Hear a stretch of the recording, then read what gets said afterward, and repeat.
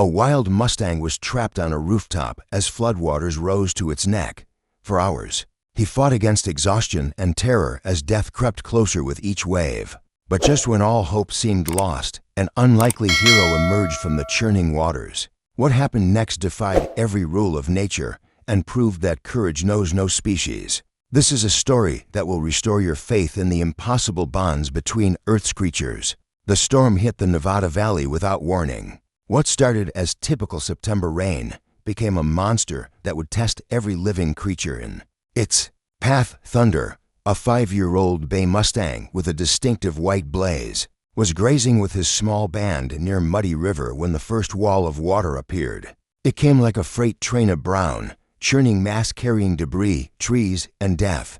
The flash flood, triggered by a dam failure 20 miles upstream, gave no time for escape. Thunder's lead mare screamed a warning, but the water moved faster than horses could run. The herd scattered in panic. Thunder saw his family swept in different directions, their terrified whinnies lost in the roar of destruction. He ran harder than he'd ever run before, muscles burning, hooves slipping on the suddenly muddy ground.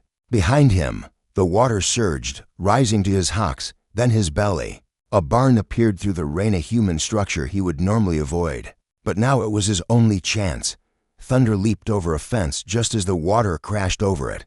The current caught him in midair, slamming him against the barn wall. He fought to keep his head above water, legs churning uselessly in the torrent. The barn crumbled like paper. Thunder felt himself tumbling, rolling in the liquid darkness. His lungs screamed for air.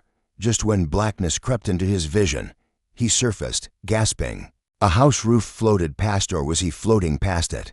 With desperate strength, he hauled himself onto the slanted shingles. The roof held, but barely. Thunder stood on shaking legs, sides heaving as he watched his world disappear beneath brown water. Other debris floated past: cars, trees, pieces of lives torn apart. No sign of his herd, no sign of anything alive. As the rain continued, Thunder realized his temporary safety was an illusion. The house beneath him groaned and shifted. Water lapped at the roof's edges, rising inch by deadly inch. He was trapped on an island that was slowly sinking. Hours passed. Thunder's legs trembled from maintaining balance on the steep pitch. Every time he tried to rest, the current shifted the house, nearly throwing him back into the flood. His white blaze was stained brown with mud, and his bay coat was soaked black. By nightfall, the water had risen to the roof's peak. Thunder stood on the highest point, a space barely large enough for his 4 hooves. The rain hadn't stopped. The water hadn't stopped rising. For the first time in his life, Thunder felt true helplessness.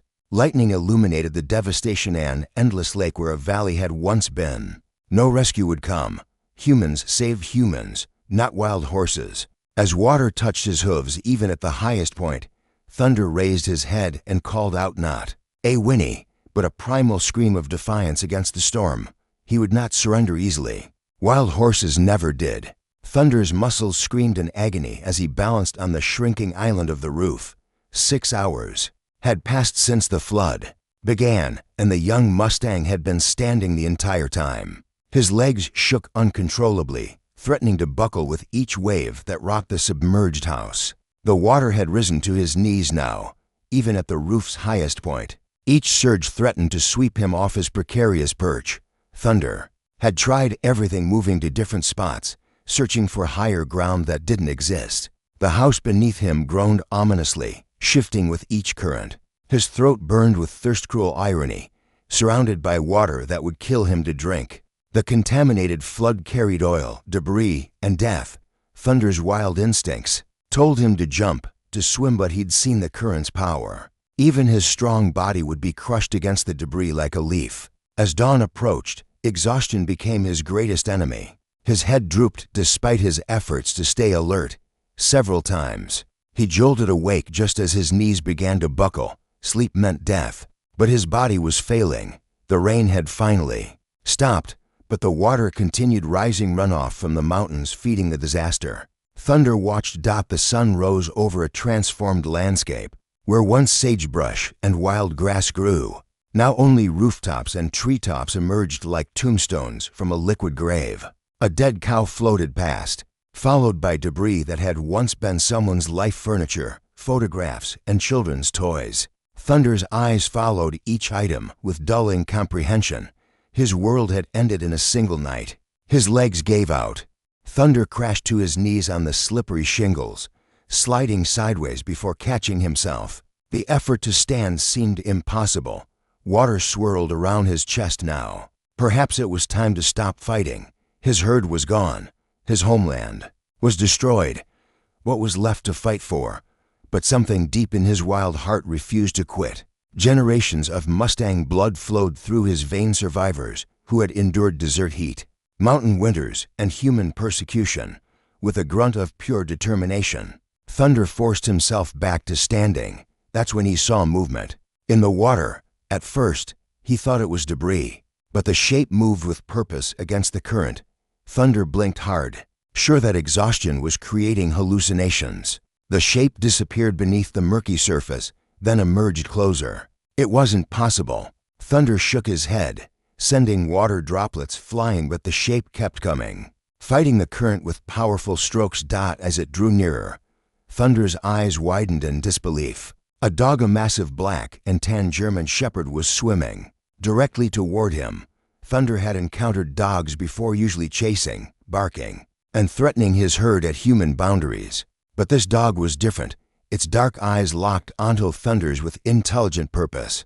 Despite the exhausting swim, it pressed forward with a determination that matched Thunder's own. 20 feet, 10 feet, the dog reached the submerged roof's edge and scrambled for purchase on the slippery surface.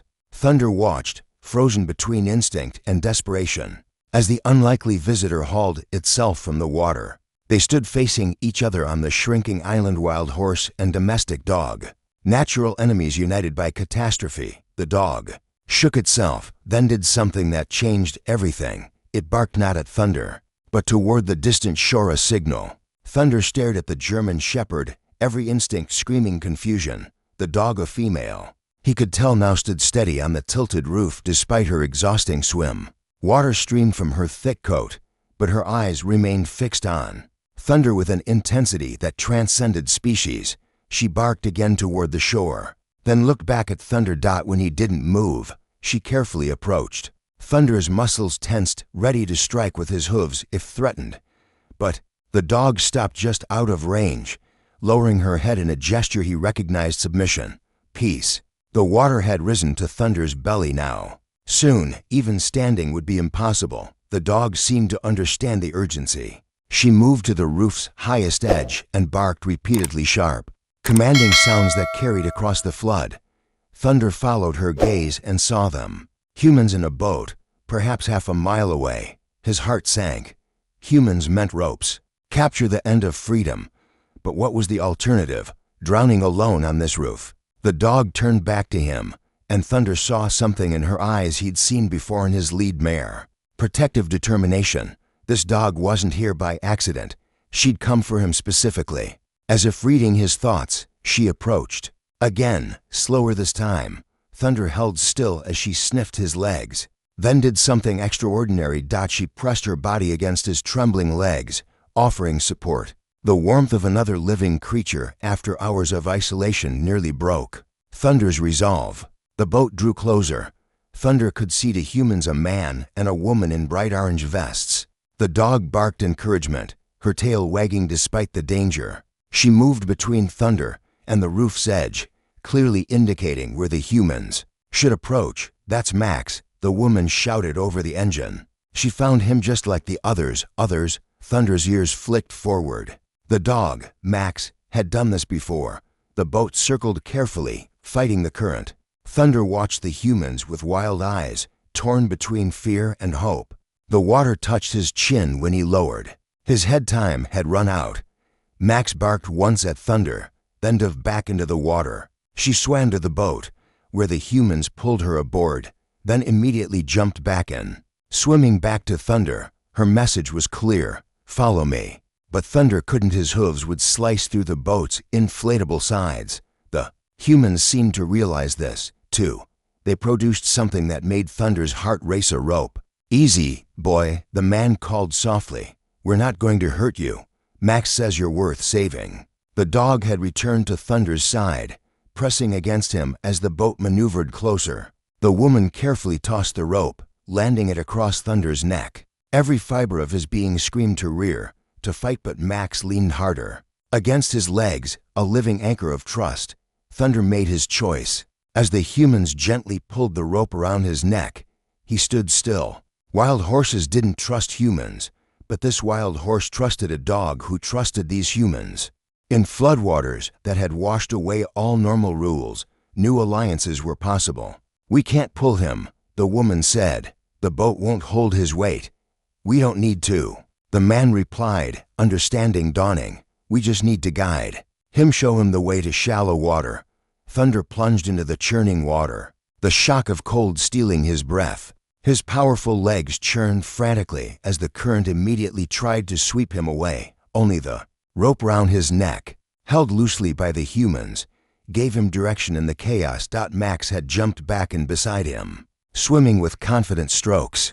She positioned herself where Thunder could see her, a black and tan beacon in the brown water. When debris rushed toward them, a broken fence post that could impale Max barked a warning, and Thunder veered away just in time. The boat's engine strained against the current, moving slowly toward what the humans hoped was higher ground. Thunder swam harder than he'd ever run, his nostrils flaring just above the water with each desperate breath. His legs felt like lead exhaustion from standing all night combined with the effort of swimming.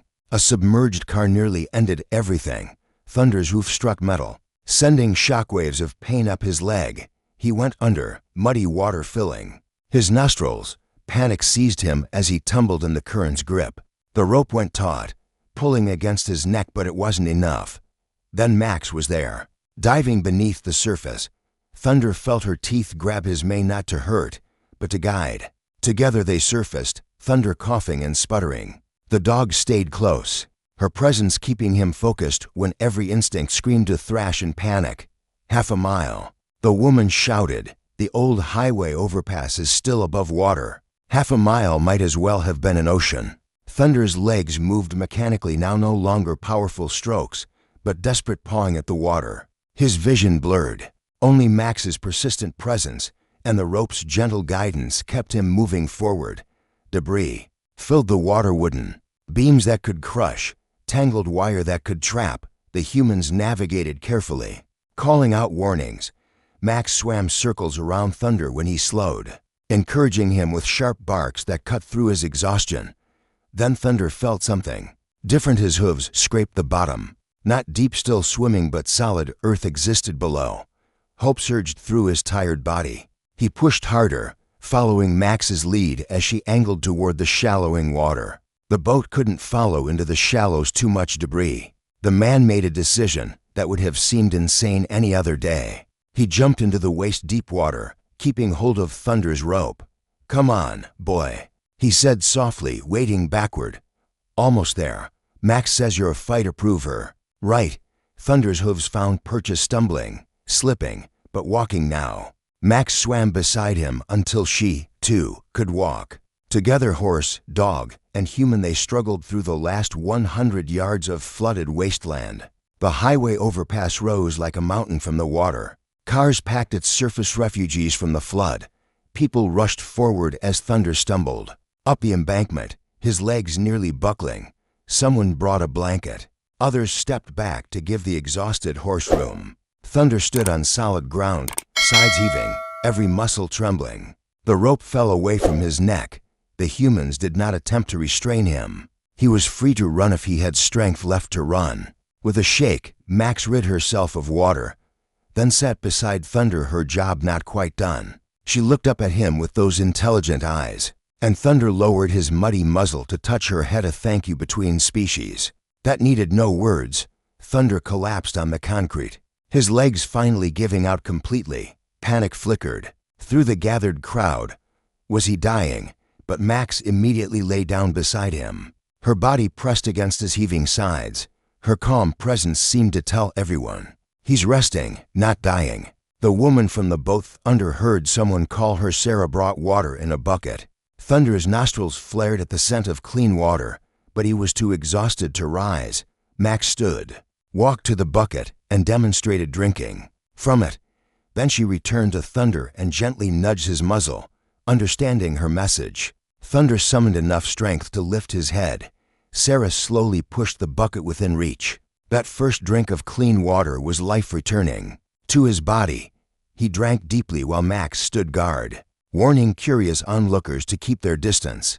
"That's the fourth one she's found," Sarah told the gathering crowd. Max was a search and rescue dog before she retired. When the flood hit, she just knew what to do. Thunder's ears flicked toward her voice, processing this information. The dog who'd saved him was herself a trained rescuer, but something in Max's eyes, when she looked at Thunder, suggested this rescue was different, more personal. An older man stepped forward, Max's owner. "By the way," she briefly wagged her tail before returning her attention to Thunder. "She lost her partner," he said quietly, "a police horse named Blue.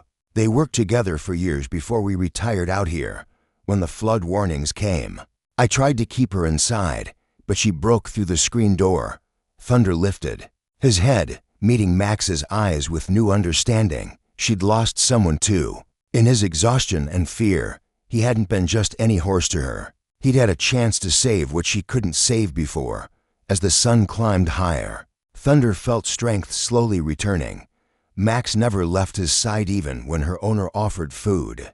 She lay with her head on her paws, watching Thunder with devoted attention. When he finally struggled to his feet, she rose with him, ready to steady him if needed. The overpass had become a makeshift refugee center. Thunder saw humans caring for other animals, cats and carriers, a few goats, even a soggy chicken butt. No other horses. His heart clenched, thinking of his herd swept away in those first terrible moments. Then he heard a whinny from the far end of the overpass. Thunder's head shot up, ears pricked forward. He called back, a loud neigh that used most of his remaining energy. Max barked encouragement as Thunder took shaky steps toward the sound. Behind an overturned truck, he found them, two mares from his band, muddy and exhausted but alive. They'd been pulled from the flood by another rescue boat and brought to the same refuge. The reunion was subdued by exhaustion, but Thunder pressed his forehead to each mare, sharing breath and comfort. Max sat watching, her tail wagging slowly. She had not only saved Thunder, she'd brought him back to family. Her job was complete. But when Thunder looked back at her, she made no move to leave. "Looks like you've got yourself a guardian," the old man told Thunder, though he knew the horse couldn't understand his words. "Max doesn't give her loyalty lightly. She must see something special in you." 3 days passed on the overpass. The floodwaters had begun to recede, revealing a landscape of devastation. Thunder had regained much of his strength, spending time with his two surviving mares Star and Creek. They huddled together, wild horses forced into proximity with humans, but no longer fearful. Max had become their unofficial protector. She slept near them at night, warning away anyone who approached too quickly. During the day, she helped Thunder navigate the strange world of human rescue efforts. When volunteers brought hay, Max showed them it was safe. When veterinarians came to check injuries, she stood between them and Thunder, allowing them to approach. Only when he was calm. Dr. Elena Vasquez, the lead veterinarian, was amazed. "I've never seen anything like it," she told Sarah. "That dog is essentially translating between species. She understands what the horses need and communicates it to us." Thunder's relationship with Max had evolved beyond rescue into genuine companionship. They had developed a routine morning water together, Max checking his legs for swelling, and Thunder lowering his head so she could inspect the cuts on his neck from debris. When Max's arthritis acted up in the cool mornings, Thunder would stand to block the wind for her. On the 4th morning, helicopters announced that roads were clearing. Rescue operations were moving to the next phase, relocating animals to temporary shelters. For domestic animals, this meant safety. For wild horses, it usually meant permanent captivity. Sarah approached Thunder's small band with a heavy heart. "BLM wants to trailer them to the holding facility," she told Max's owner, Jim. "They say it's for their own good, but they'll never be free again," Jim finished. He watched Max lying contentedly beside Thunder, the massive horse occasionally lowering his muzzle to touch her head. That's no life for a Mustang. Thunder sensed the change in human energy. More people arrived with trailers, panels, and equipment designed to funnel horses into captivity. His wild instincts flared. Star and Creek pressed close, ready to flee but nowhere to go. Nowhere to run on the concrete island. Max stood up, placing herself between Thunder and the approaching officials. She didn't bark or growl, she just stood with a quiet authority that made everyone pause. "That's the dog from the rescue videos," someone said. "The one who saved him." The story had spread through social media, retired search and rescue dogs swimming through floodwaters to save a drowning Mustang. Videos of their reunion on the overpass, Max guarding Thunder as he recovered, had touched millions. Now those witnesses watched through phone screens as officials prepared to separate them. Jim stepped forward. What if there was another option? The BLM officer looked skeptical. "These are wild horses. They can't just be released anywhere. My ranch backs up to their territory," Jim continued. 600 acres mostly untouched. The fencing's down from the flood anyway. They could stay wild but monitored. And Max, he looked at his dog, still standing guard. "She's chosen her retirement job." Thunder watched the humans debate his fate, understanding only the tension in their voices. Max leaned against his leg, a warm presence that had become as necessary as water. Whatever happened, he knew this dog would fight for him. Sarah pulled out her phone, showing videos of Thunder and Max to the officer. "Look at them. This isn't just a rescue story anymore, it's something bigger." Sometimes nature shows us new possibilities. The convoy moved slowly through the flood-damaged landscape. Thunder, Star, and Creek stood in an open stock trailer, not trapped, but transported. Max rode in the truck's bed ahead of them, occasionally standing to check on her charges through the cab window. Every time she appeared, Thunder nickered softly, reassured by his guardian's presence. Jim's ranch appeared through the morning haze, rolling hills dotted with juniper and sage, remarkably untouched by flooding due to its elevation. The fences were indeed down, creating corridors to the wildlands beyond. It wasn't Thunder's birth territory, but it smelled of freedom. As the trailer gate opened, Thunder expected Max to stay with the humans. Instead, she jumped down from the truck and positioned herself beside the ramp. Her message was clear. She was coming to Star and Creek exited first, immediately moving to graze on the familiar bunchgrass. Thunder paused at the trailer's edge, looking between the open range and the dog who'd saved his life. Max wagged her tail once, then trotted toward the hills, looking back to see if he'd follow. He did. For the first hours, they explored together. Max showed Thunder the fresh spring, the sheltered canyon for storms, and the high ridge for watching. She moved with purpose, as if she had scouted this territory specifically for him. When Thunder stopped to graze, she lay nearby, ever watchful. As days turned to weeks, a new routine emerged. Thunder and his mares roamed freely, wild horses living as they were meant to.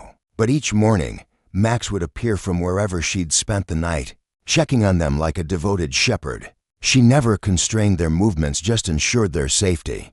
Jim visited daily at first, then less frequently, as he saw the arrangement working. Max would meet him for meals and affection, but always returned to her chosen job. "She's happier than I've seen her since Blay died," he told Sarah during one visit. "It's like she's found her purpose again." Thunder began to reciprocate. The protection. When coyotes approached one evening, drawn by Max's arthritis slowed movements, Thunder charged them with fierce determination. The predators fled from the Mustang's hooves, and Max looked up at him with what could only be described as gratitude. Other wild horses discovered the sanctuary, survivors from scattered bands, finding their way to safety. Thunder welcomed them, and Max inspected each rival with the same careful attention she'd given him. Soon, a new band formed, not bound by blood, but by survival. The flood had taken Thunder's original family, his homeland, and his old life, but it had given him something unprecedented, a guardian from another species, who chose to bridge their worlds. Max hadn't just saved his life, she'd redefined what family could mean. On quiet evenings, Thunder would often find Max sitting on the ridge, watching the sunset. He'd graze nearby as she kept her eternal vigil. Sometimes she'd lean against his leg, and he'd lower his massive head to rest near her smaller one. No words are needed. Their bond transcended language. They had faced death together in those terrible floodwaters. Now, they faced life together in these healing hills, a wild Mustang and a retired rescue dog, proving that the greatest rescues aren't just about saving lives. They're about finding new ways to live. The flood had washed away the old boundaries between wild and tame, horse and dog. In its place, Thunder and Max had built something new, a partnership that would last for all their remaining years, built on trust, respect, and the unbreakable bond forged when one soul refuses to let another sink. Some called it unlikely. Jim called it miraculous, but Thunder and Max simply called it home. If this incredible true story of survival and friendship touched your heart, please subscribe to our channel and hit that like button. Share this video with everyone who needs to believe that hope can emerge from even the darkest waters. Leave a comment about a time when an unexpected hero appeared in your life. We read every single story. Remember, sometimes angels come with fur legs and wet fur, ready to pull us from whatever floods we're facing. Max and Thunder proved that courage knows no species and love recognizes no boundaries. Until next time, keep faith in the impossible